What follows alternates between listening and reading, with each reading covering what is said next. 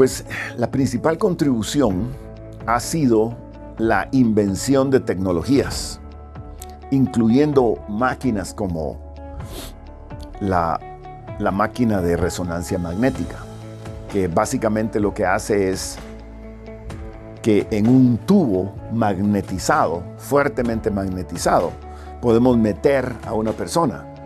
Y entonces, en el caso del cerebro, cuando una parte del cerebro va a pensar, digamos que usted se quiere acordar de cómo era ese hotel al que fue la Semana Santa pasada.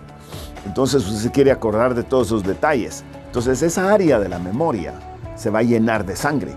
Y la sangre tiene hemoglobina, y la hemoglobina tiene hierro, y el hierro es magnetizable.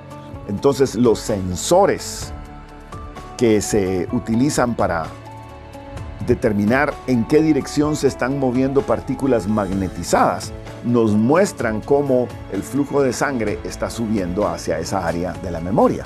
Y entonces ahora, si le mencionamos, por ejemplo, le mencionamos varias opciones, si le decimos el Hotel Gran Cancún, y entonces usted dice, sí, ese me suena.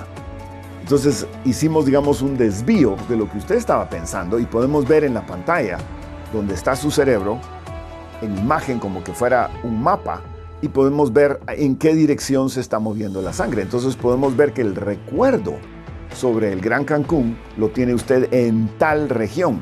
Entonces nos permite mapear el cerebro. Y así podemos saber, por ejemplo, si cuando usted saluda a sus empleados, es decir, si los pudiéramos meter en la máquina, ¿va? Y usted los saluda y les dice, muy buenos días, Jorge. Si sube el cortisol, o sube la adrenalina, o sube oxitocina, o sea, usted le está dando un saludo que lo hace sentirse mejor o peor. ¿Qué efecto tiene usted como jefe?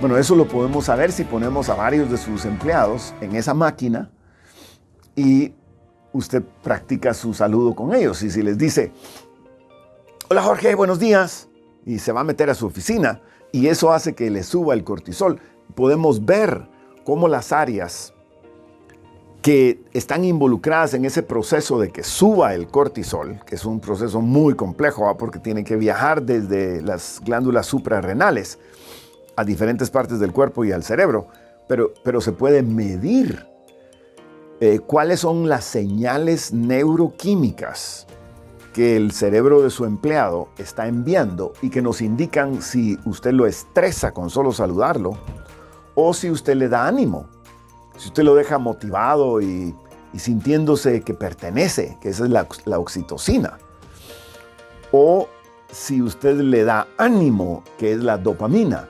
Entonces podemos ver cuáles de estas neuroquímicas están moviéndose en el cerebro.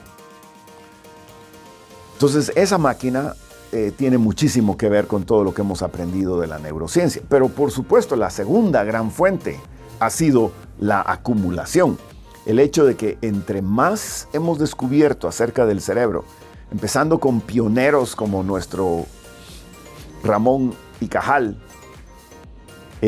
español, que hizo un trabajo extraordinario con unos tintes. Él logró que antes de hacer la autopsia, ciertos tintes se pudieran regar por el cerebro y él pudo separar a través de ciertas tajadas, él pudo empezar a mapear cómo eran las neuronas y cómo se conectaban. Entonces, a partir de esos esfuerzos muy primitivos, con métodos muy primitivos, pero el acumulado, entre más cuenta nos dábamos de que la neurociencia era importante, que el cerebro era clave para todo lo que pasaba en nuestra vida, entonces más nuevos estudiantes se metían a la profesión y el cúmulo de todo eso está llegando a unos niveles realmente extraordinarios, de manera que ahora por lo menos unos 3,000 papeles, documentos de investigación que reportan investigaciones están entrando al mundo académico cada mes. O sea, ahora ya uno se tiene que especializar en diferentes áreas de neurociencia, porque se ha vuelto un campo muy vasto. Pero la tercera fuente es que como el interés también ha subido, hay muchos voluntarios para encuestas, para meterse a la máquina de fMRI, que en inglés quiere decir Functional Imaging System.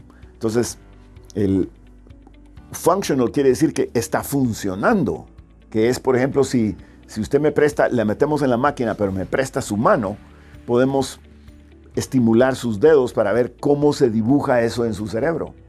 ¿Dónde está la representación de sus dedos en el cerebro? Y entonces hemos podido construir mapas minuciosos de cómo el cerebro tiene una representación de cada parte del cuerpo. Sus pies tienen una representación pequeña comparada con sus manos. Sus manos tienen una representación enorme porque nosotros somos tan táctiles y digitales para todo lo que hacemos.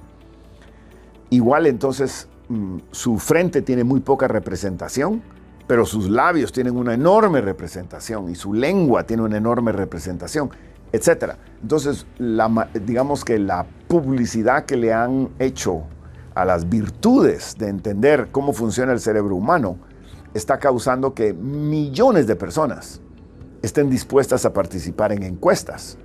De manera que uno podría, por ejemplo, preguntarle a personas en línea que cuántas horas duermen y qué efectos tienen esas horas sobre ellos, los que duermen 7 horas versus los que duermen 2 horas.